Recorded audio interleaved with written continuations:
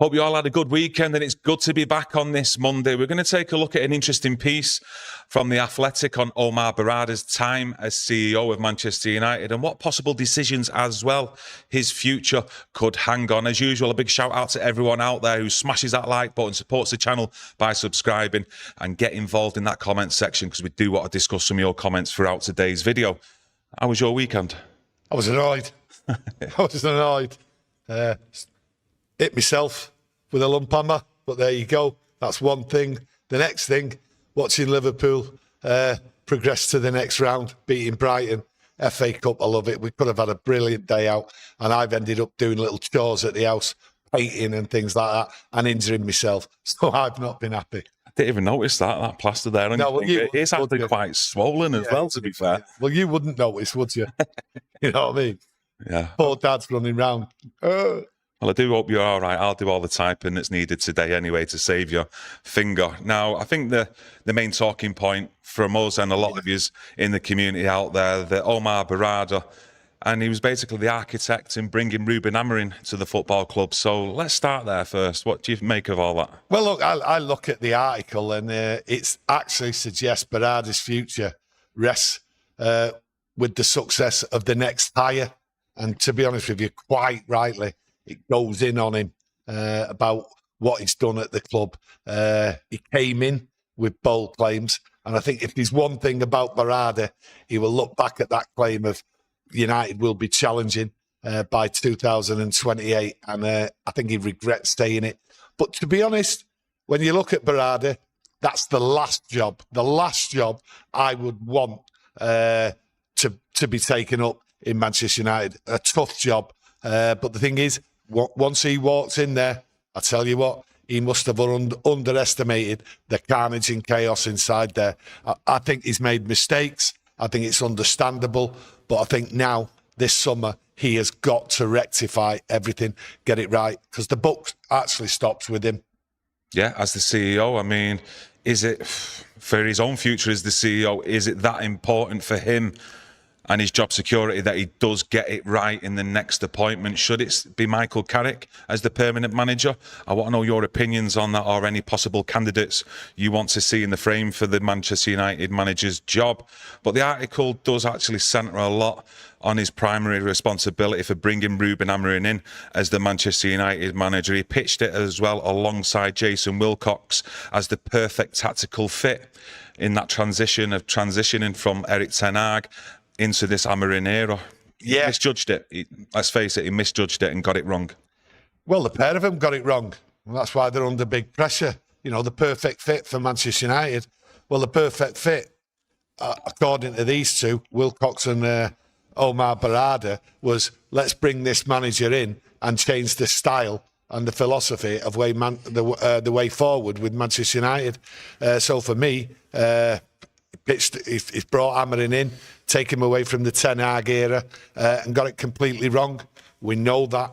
I think they got it wrong in keeping hold of Ten Hag in the summer. I've always said, even before Omar Berrada got there, they should have decided to get rid of Ten Hag the moment they walked in and cleared the decks. That would have helped Omar Berrada. And I think when he walked in, he was picking up the pieces. And Jason Wilcox aligned with him. So it's not just Omar Berrada what's got to get it right this summer. Jason Wilcox has. Yeah, The Athletic, this piece actually explores whether Berrada's City-style clinical approach failed to account for the unique pressure and squad mismatch at Old Trafford. And you take yourself back to Project 150. I mean, his whole idea and vision for Manchester United winning the Premier League in 2028.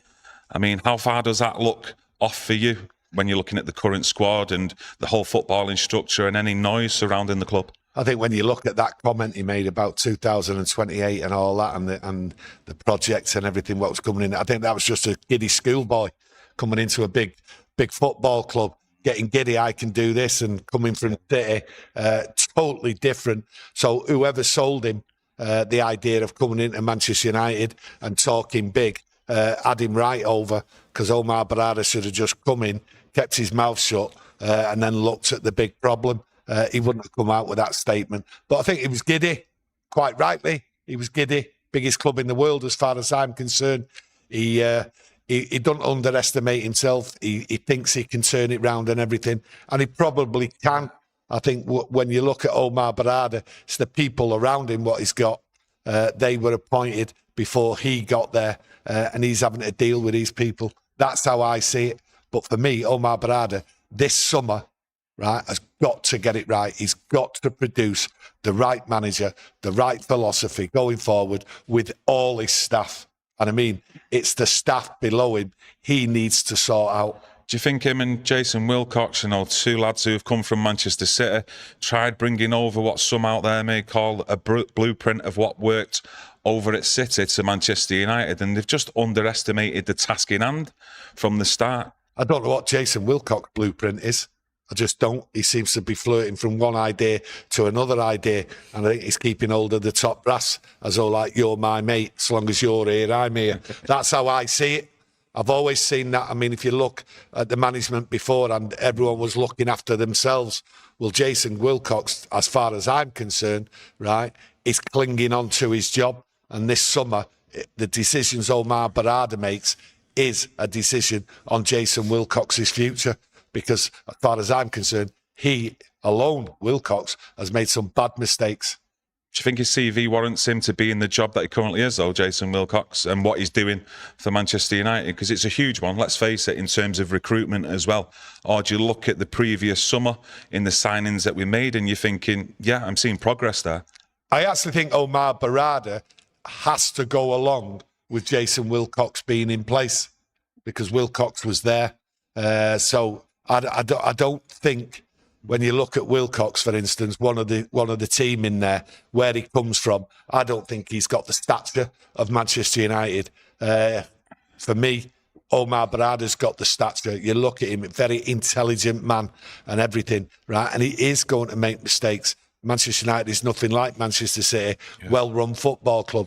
Ours has been a disaster for years by the management inside there. But Wilcox hasn't got the stature, and I think a lot of players understand that as well, to be honest with you. Yeah, but like you mentioned there, certain decisions that have been made have proved not to be successful with the likes of hiring Ruben Amorim. I mean, he did wash his hands with the actual extension of Erik ten Hag's contract, saying that decision was made by other people and made before he actually arrived in an official capacity. I think it was back in July. So, I mean, the next decision, like we just mentioned before, it's a huge one. I mean, is it going to be Michael Carrick?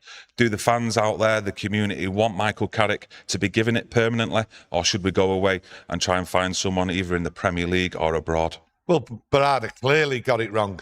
Clearly got it wrong in his ideas of getting rid of Ten Hag and bringing in Ruben Amorim halfway through the season. Clearly got it wrong. So the pressure is on him, as though like, are you really a football man, or are you someone who just goes around doing the accounts with accountants and looking round?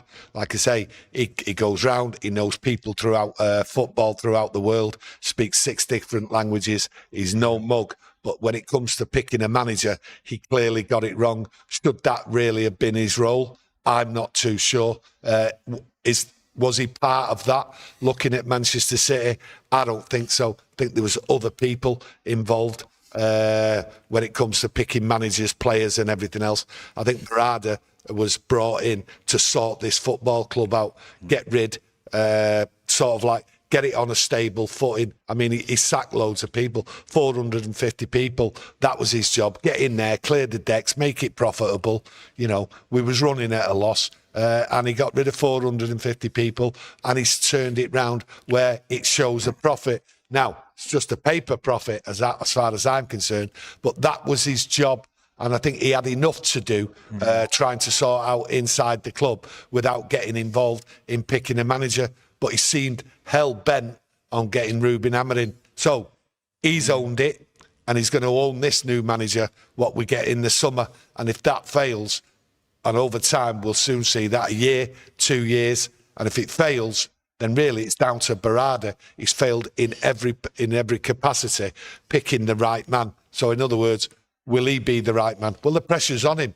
And this article clearly sort of demonstrates certain things, what he's done the problems going forward. So for me, it is a test of his ability to turn this football club round. As he got it, Yeah, it's going to be tough for him. Yeah, with you mentioning the financials, and in the actual article from The Athletic, it does talk about the financial resilience, and it says the actual dedicated Q1 2026 financial results, Berrada is credited with transforming United into a leaner, more sustainably profitable business by overseeing 450 redundancies and slashing the wage bill. He turned a £7 million loss into a £13 million operating profit. However, though, the article questions if these unpopular cuts, such as removing staff lunches, reducing the London footprint, gutted the club's morale during a critical transformation period. Well, morale. Listen, the morale was garbage. People was looking after themselves, and there was some unfortunate redundancies. There's no two ways of getting around that, right? It's a more leaner business. That's how I see what he was brought into, and that was a full-time job on its own. Slashing the wage bill, he's done well with that, to be honest with you. The redundancies, turning a loss into a profit. Listen, a more leaner business, that's what he's there for. That's how I see it. And what he's done on the football side of it, he's messed it up. That's how I see it. He's messed it up, bringing in the wrong manager, the wrong time. So for me, it's got it all to do. Yeah, has set us back a bit, but then again, with Michael Carrick now in charge, if he can continue to steady the ship and get more positive results like we have seen over the first 5 games, I mean, should Omar Berrada and whoever else was involved in the decision to bring Carrick here, should they be given some praise at the end of the season? I mean, let me know what you think out there. Ansel, thanks for your super chat, mate. He says, transfers overall have been good. Still concerned with them not strengthening midfield, though. If we can all see it, why couldn't they? But time will tell. I mean, how long left are you actually giving the likes of Omar Berrada, Wilcox, mate, in actually proving the worth at Manchester United? Or is time up for both of them or anyone else? Well, I don't think time's up for any of them, really. I gave a timeline, and I think in 2 years' time. So picking this manager, picking the right players in the summer, like Antel there talks about midfield players. Why can we all see that we needed midfield players in the summer? And these people are all supposed to be football experts. But as football fans, we're watching it on the pitch and we can't believe, right, how open we were under Ruben Amorim, and it wasn't fixed. He wasn't backed. His midfield players weren't brought in. So how come they don't see it and we do? So have they got the football ability in him? And like I say, going back to what his job was, just giving us a leaner business. Well, at the end of the day, it seems to me, and it seems to a lot of people out there over time, that they forgot the main, what it's all about, which is on the pitch, which is what we all talk about, and their first priority, and I have said this many, many times since the Jim Ratcliffe come in, his main priority was bringing somebody in to sort this out, get the redundancies in there, slash the wage bill, and let's start making a profit. And that seems to be the first priority. Now they've messed it up on the footballing side. They now have to rectify that this summer. And that's just like getting players out, never mind bringing players in.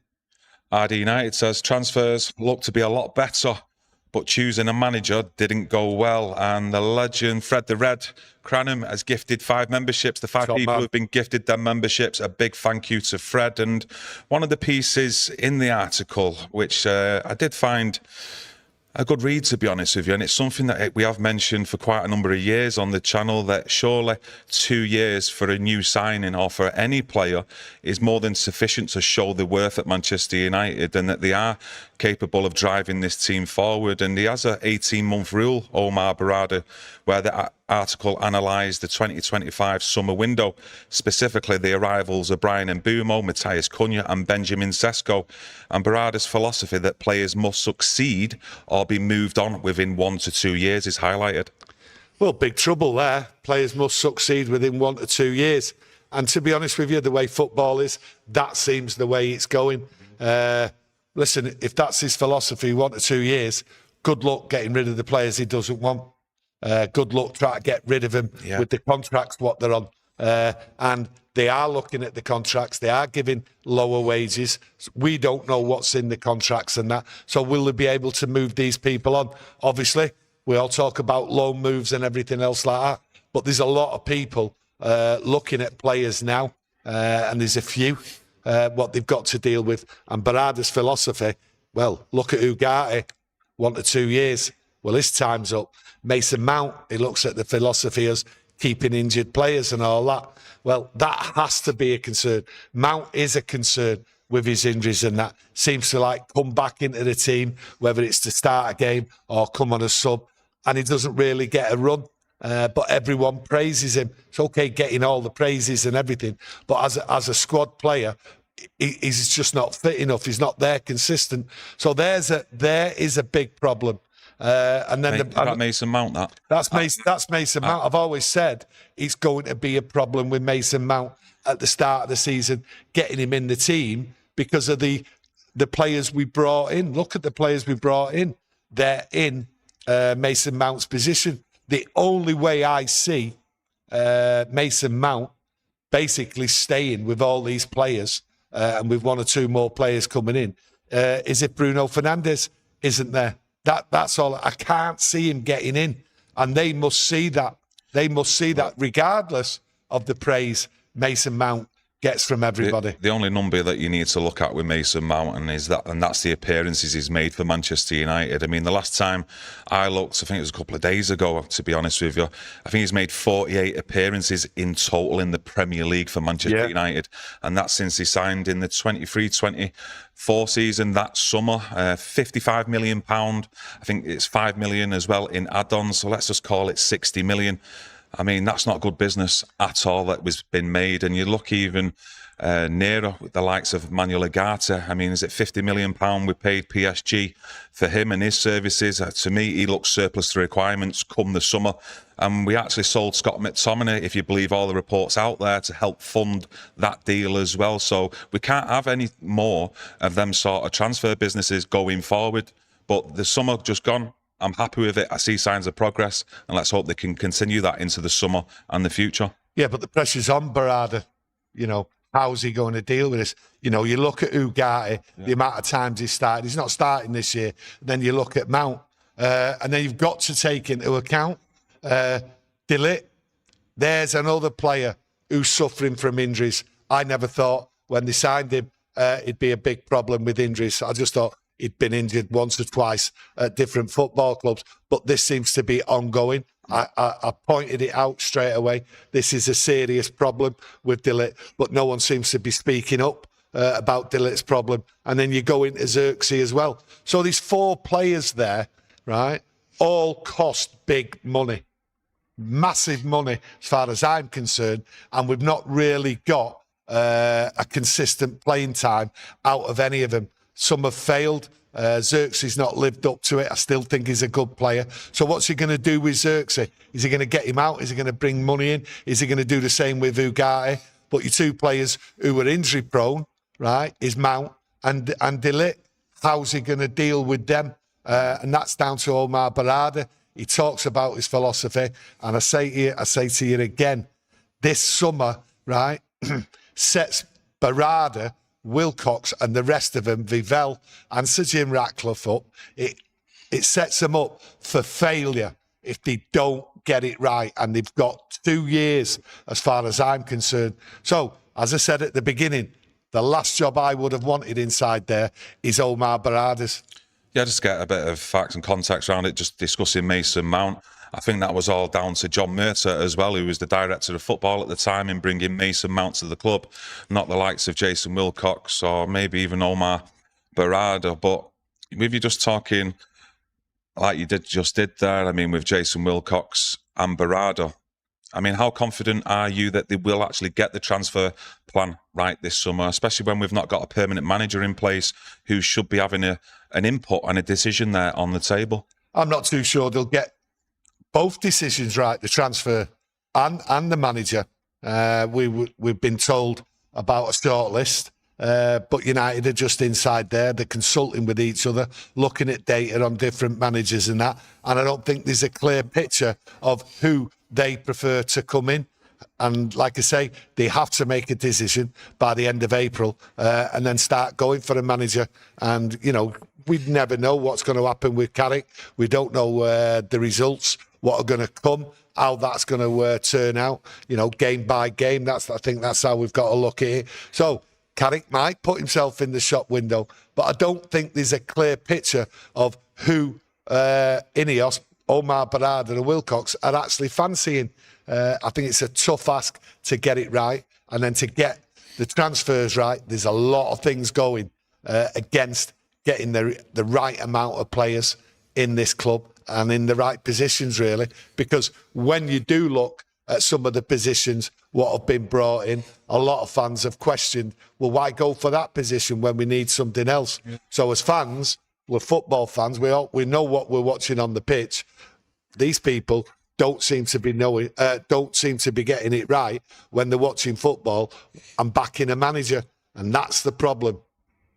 Yeah, I've noticed about 2 or 3 different comments actually who are not happy with the Athletic itself, with some of the reporting they've been doing on Manchester United, obviously specifically. Yeah, I agree. And one of them says the barrage of negative articles about Amorim by the Athletic after he was sacked was the final straw for me. Very strange. But I want to know your opinions actually on the Athletic and the articles they have been doing on Manchester United. Do you think it's more pro-positive Manchester United, or are they starting to go over the other side of the coin, doing a lot of negative articles? But yeah, get involved in that. But they did do some sort of positivity around Omar Berrada about the implementation of like best in class and the structure. So Jim Ratcliffe has demanded that, you know, he is starting to get that right.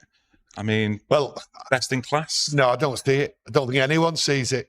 How can you say that with the year what we had, with the chaos of keeping a manager, sacking a manager, bringing someone in who clearly didn't want to come in at the time, and then not even going for the right players in the summer, and then not looking at it and sort of saying, right, have we got it? I just think it's a mismatch of people in there. I think too many people have got too much to say inside there, and I think some people are clearly clinging on to the jobs, and they've got it. They're going to struggle. They are really going to struggle picking a manager and getting these players from a financial point of view as well. Because at the end of the day, there's reports out there saying that they're not going to go in the market and take a manager and pay compensation for a manager, even though he might be the best fit. Because they're talking about the cost and everything else like that they've paid out already too much for the past mistakes. Well, look, as far as I'm concerned, right, if that manager is in a job and they've got to go and get him and pay big money to get him out of there, then they've got to go and do it. It's as simple as that. It's a false economy to go and pick somebody because he's going to save you money. It's not the right way to go. Yeah, a few people in the community have come back about the Athletic and their opinions on some of the reporting, and a few people look like they're dropping off from reading a lot of what's been put out.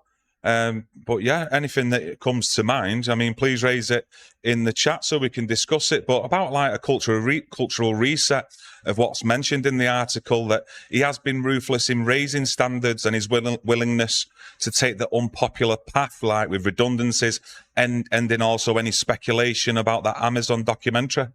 Well, they're talking about ruthless. Okay, the ruthless path he's gone down. Well, the path he's gone down is mistake after mistake, and the big appointees have been mistakes. You're not supposed to get them right if you're best in class. These people aren't best in class. I don't think they're working together from that point of view. We're all one. Best in class, absolutely not. I thought it was a silly statement to do. I thought it should have been, right, we're going to get people in, we're going to work on the club, and we're going to try and turn it round over a period of time. And they should have just come out with, it's going to be tough, there will be mistakes, but we will get it right. We believe in ourselves, and we believe that we'll bring in people eventually to get this club right. And I think that's what it is. I think we're going to have a high turnover of people. We've seen it already, and it will continue. But the next 2 years, I just look at it and think, hang on. Listen, in the next 2 years, right, They have to produce the results. Then the whole Ineos project has failed as far as I'm concerned. That'll be 4 years for Ineos to get it right. And you can't have people like Wilcox still there after 4 years if they've not turned it round, if it fails. And Omar Berrada, he's the man, really, what will take the can. And Sir Jim Ratcliffe will have to take the can.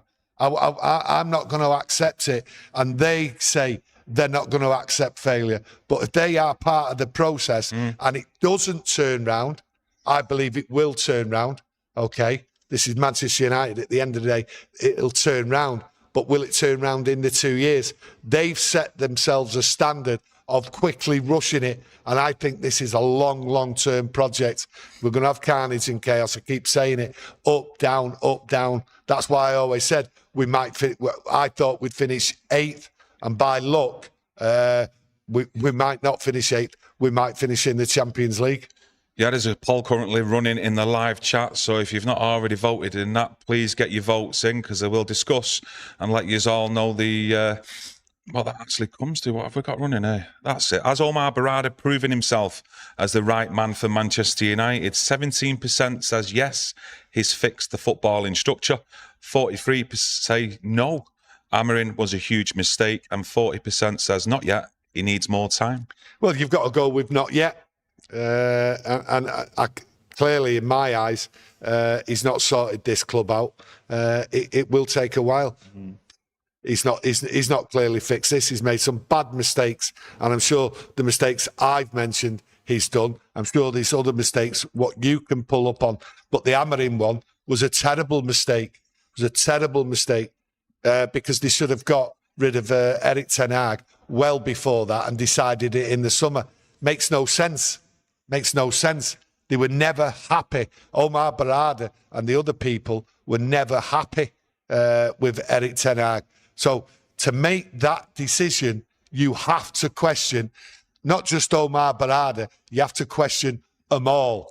And Omar Berrada did say he didn't have anything to do with the ten Hag extension on his contract. He says he wasn't there in time in an official capacity to actually put a decision across to the board as well. Listen, Omar Berrada was there in the summer, okay? He was in the summer.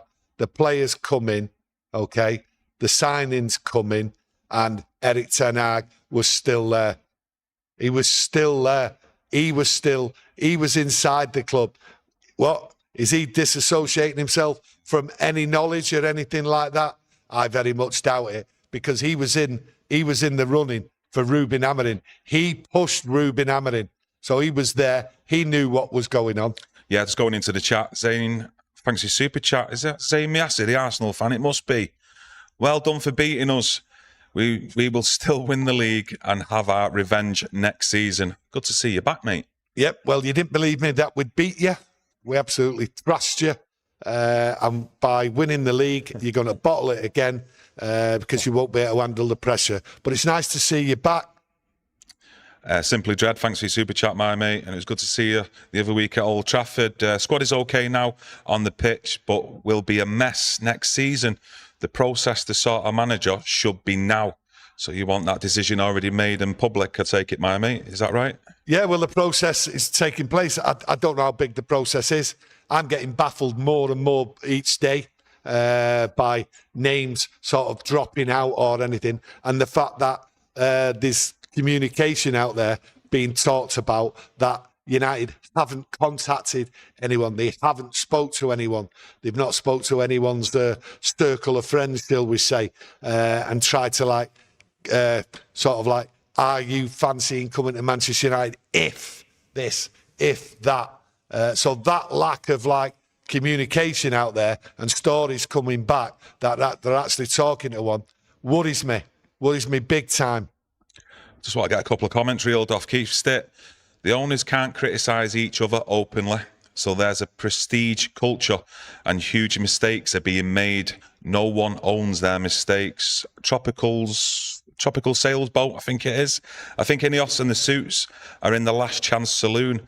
I'm not even sure if Sir Jim Ratcliffe will survive beyond next season. Great show as always. Choo-choo. And Ansel, thanks for your super chat. How much of this is directly from Jimmy, though? So how much of these decisions are actually coming from Sir Jim Ratcliffe, or is he sitting back, letting the Omar Berradas, etc., carry out what they want? No, Sir Jim Ratcliffe isn't sitting back. There's no way. Billionaires don't sit back. We know that. They're getting involved in football all over the place. They've got their ideas, they're pushing it and everything. But success, I think it's just 2 years. I think for all of them, and that means Ineos as well. If they fail, they've come into this football club and just turned, well... Not even turned the corner. They've not even turned the corner. And if they've not turned the corner, right, after 4 years, then they've all got to go.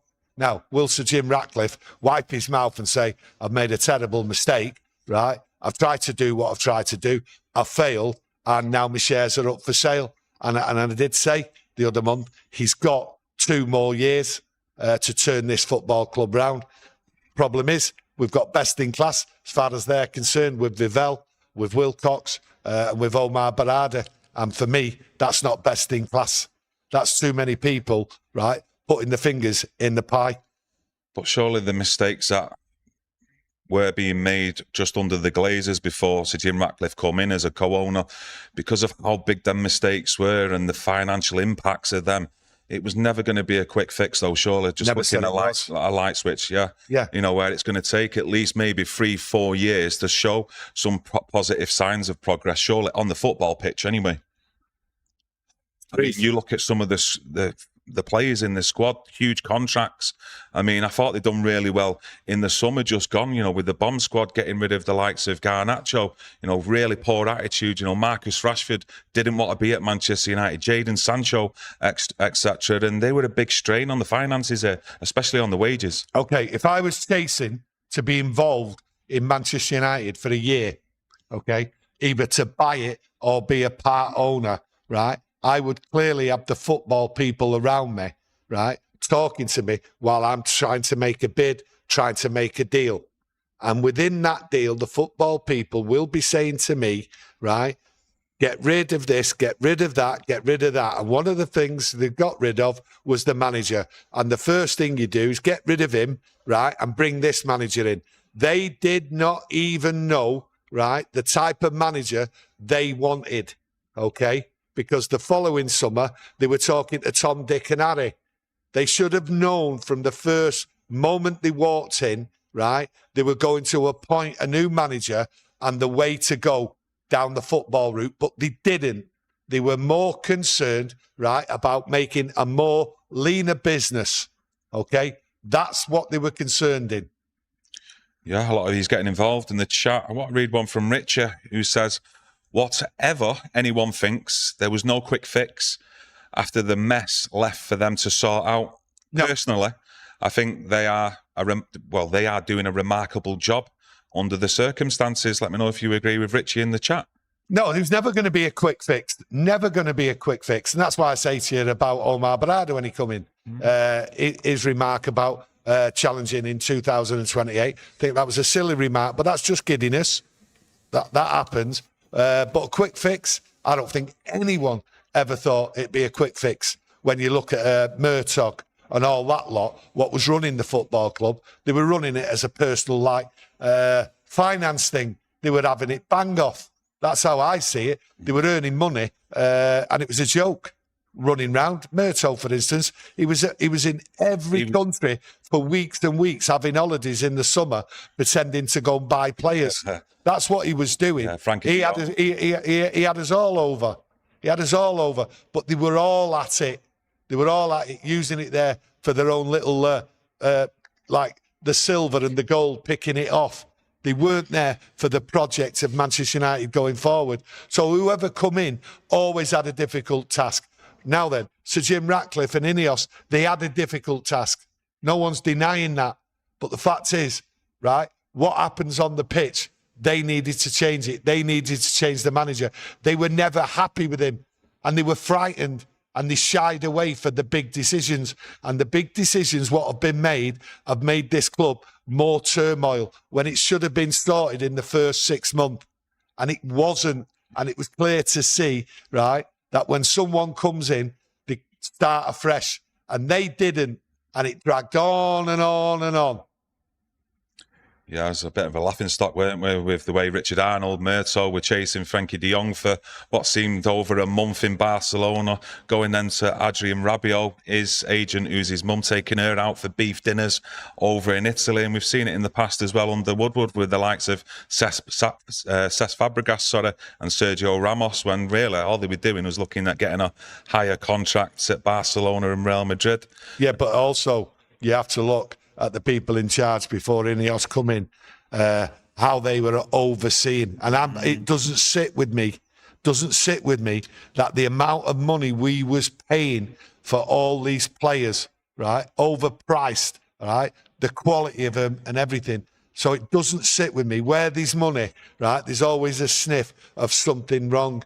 And then when you look, right, at the amount of money we paid for Højlund, for instance, and the conversations we've had with Atalanta, and then you look at where Murto went to, and you have to say to yourself, there's a whiff of something smelly here. Right, okay. I'm telling you, there is a big whiff. And like I say, wherever there's massive money, there's always someone at it. Yeah, especially when there's cash involved. It's not through the books. Well, I don't know, but I'm just saying, if you look at where we've bought players over the last 10 years and how much they've cost us, someone inside the club, you know, all these like European managers and clubs and all that they talk to, you don't know what goes on. We've seen it before, but it doesn't sit with me. Mismanaged, more than mismanaged. Yeah, I'd just like to thank you all for getting involved today in the chat's been popping off in there, the mix of opinions, which is good to see, and some really good comments as well. But I just want to give you the results of the poll that we had running in the live chat. And I asked you all, has Omar Berrada proven himself as the right man for Manchester United? 17% say yes, he's fixed the footballing structure. 42% say no, Amorim was a huge mistake. And 41% not yet. He needs more time. Let me know which side of the fence you was on in voting in the poll today. And I'd just like to thank you all again.